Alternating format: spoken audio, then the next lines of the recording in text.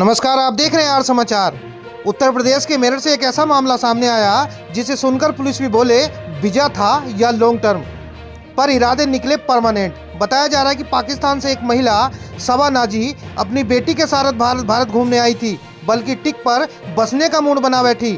दोनों पाकिस्तान से long term visa पर आई भारत, लेकिन वीजा की एक्सपायरी डेट को ऐसा इग्नोर किया जैसे व्हाट्सएप ग्रुप का गुड मॉर्निंग मैसेज। कहानी में ट्विस्ट जब आया जब पड़ोस में रहने वाली रुखसाना खान को शक हुआ। भाई ने मैडम से बहुत टाइम से यहीं रह रही थी, बस वापस जाने का प्लान ही नहीं लग रहा था। उन्होंने पुलिस को सूचना दी कि एक पाकिस्तानी महिला काफ़ी समय से भारत में रह रही है और उसकी गतिविधियां भी कुछ ज़्यादा ही फिल्मी स्टाइल में लग रही हैं। जांच हुई तो पता चला कि महिला ने भारत में रहने के लिए फर्जी आधार कार्ड, अन्य दस्तावेज भी बनवा लिए थे। मतलब वीजा एक्सपायर होने के बाद भी प्लान था अब यहीं रहने का। आखिरकार मेरठ पुलिस ने मामला दर्ज किया और महिला को गिरफ्तार कर लिया। पुलिस यह भी जांच कर रही है कि कहीं कोई बड़ा नेटवर्क तो नहीं था, किसी ने मदद तो नहीं की, और इतने दिन का सिस्टम नींद कैसे नहीं खुली। उधर सोशल मीडिया पर बड़े तेजी से वायरल हो रहा वीजा पर आए थे मेहमान बनकर, निकल गए किरदार बनकर। क्या नाम है आपका? रुखसाना खान। रुखसाना जी, आपने क्या शिकायत की है, क्या कहना पूरा मामला बताइए। ये सबा नाजी पाकिस्तान की हैं और इनकी शादी भी पाकिस्तान में हुई थी। उसके आने के बाद इनके बेटा हुआ एक, बेटे के बाद फिर ये पाकिस्तान चली गई। इनकी एक बेटी हुई जो वहाँ के पासपोर्ट पे चढ़ के आई है। और फिर मैं इनकी गतिविधियां कोई बाहर से मेरा वहाँ जाना आना है, जाने देखती हूँ कि कभी कोई आ रहा है, कभी कोई आ रहा है बाहर के लोग। तो इसलिए मैंने ये सोचा कि इसकी मैं कर ही दूं शिकायत, ताकि आप लोग, हमारे देश का मामला है और मैं एक समाज सेविका हूँ और इनके फादर भी ISI में थे, पाकिस्तानी।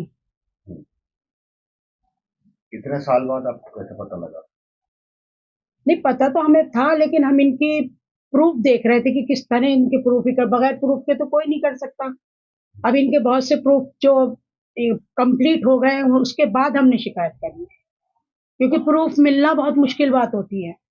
आपका आना जाना कैसे था उनके घर में? मतलब मेरा आना जाना, मेरी ददियाल वही है, मेरी ननियाल वही, सब वही है, मेरा घर भी वही है, मेरी ससुराल भी वही थी और उनका सबसे मेल जोल ही रहता है, आना जाना भी रहता है सबका। तो क्या कोई प्रॉपर्टी का मामला भी है? नहीं, मुझे प्रॉपर्टी वगैरह को, ना उनकी कोई मेरे से दुश्मनी है, ना मेरी उनसे कोई दुश्मनी, ना उन्होंने मेरी आज तक कोई FIR या कुछ करी, ना मैंने कभी उनकी करी। मैं तो एक समाज सेविका होने के नाते ये एप्लीकेशन दी है, ताकि अब आप लोग, सरकार अपने आप को देखें, कल को कुछ और बात हो जाए। पाकिस्तानियों का हमारे साथ वैसे भी वो है। तो यहाँ कौन कौन रहता है उनके साथ? उनके हस्बैंड कहाँ के हैं? उनके हस्बैंड मेरठ के ही हैं। एक शादी पाकिस्तान में की, एक मेरठ में? नहीं, ये पाकिस्तान में इनकी शादी हुई थी। हाँ। पाकिस्तान से शादी होकर ये इंडिया आई थी। आने के बाद फिर इनके बेटा हुआ फरहाज, और उसके बाद जब इनकी बेटी हुई पाकिस्तान चली गई थी। ये जाती आती रहती है बराबर पाकिस्तान। अब ये हालात जो वैसे हुए हैं तो ये नहीं जा पाई पाकिस्तान।